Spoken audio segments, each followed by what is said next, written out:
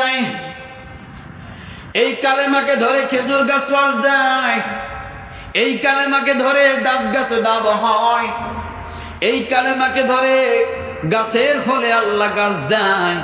এই কালেমা যতদিন থাকবে গাছ ফল দিবে, এই কালেমা যতদিন থাকবে হাঁসে ডিম দিবে, এই কালেমা যতদিন থাকবে গরু তার বাছুর দিবে, এই কালেমা যতদিন থাকবে গরু তার দুধ দিবে, এই কালেমা যতদিন থাকবে ছাগল তার বাচ্চা দিবে, এই কালেমা যতদিন থাকবে দুনিয়ার সব কায়নাতকে আল্লাহ ঠিক রাখবেন।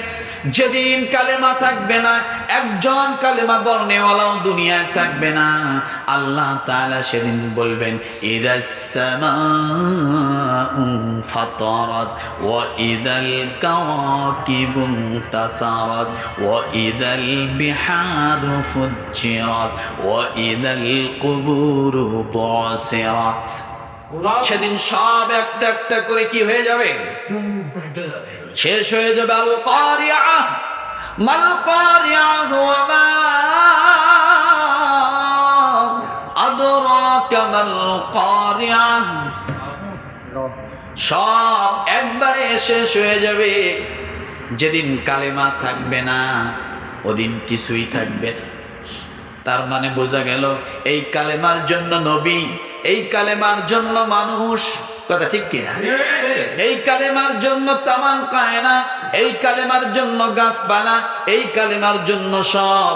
যে ব্যক্তি কালেমা পড়ে এই কালেমাটা মানুষকে দুই ভাগ করে দিয়েছে। কয় ভাগ? এই কালেমা মানুষকে দুই ভাগ করে দিয়েছে। যে ব্যক্তি কালেমা পড়ে সে জান্নাতি, আর যে ব্যক্তি কালেমা পড়ে না সে জাহান্নামী। কথা ঠিক না? কালেমা মানুষকে কি করছে? সারা পৃথিবীর মানুষকে দুইটা ভাগ করছে। যে পড়ে সে জান্নাতি, যে পড়ে না সে জাহান্নামী। দেখেন এমন একটা বাক্য। এই জন্য রব্বুল আলামিন ডাক দিয়ে বলেন আলা ইন্না আউলিয়া আল্লাহ, স্মরণ করো তারা আমার বন্ধু। তোমরা সজাগ হয়ে শোনো, তারা আমার বন্ধু। এবার প্রশ্ন করবেন হুজুর কারা আল্লাহর বন্ধু? আল্লাহ বলেন লা খাউফুন আলাইহিম ওয়ালা হুম ইয়াহজানুন, তাদের চিন্তা থাকবে না, তাদের কোনো ভয় থাকবে না। আপনি যদি প্রশ্ন করেন কার চিন্তা থাকবে না, কার ভয় থাকবে না, আল্লাহ বলেন আল্লাযীনা আমানু ওয়া কানু ইয়াত্তাকুন, যারা ঈমান আনবে আর তাকওয়ার পথ অবলম্বন করবে, এই দুই শ্রেণীর মানুষের কোনো ভয় চিন্তা থাকবে না। এই দুই শ্রেণীর মানুষের কোনো ভয় চিন্তা জোরে বলে থাকবে না। তাহলে ঈমান বিষয় জানলাম, তাই না?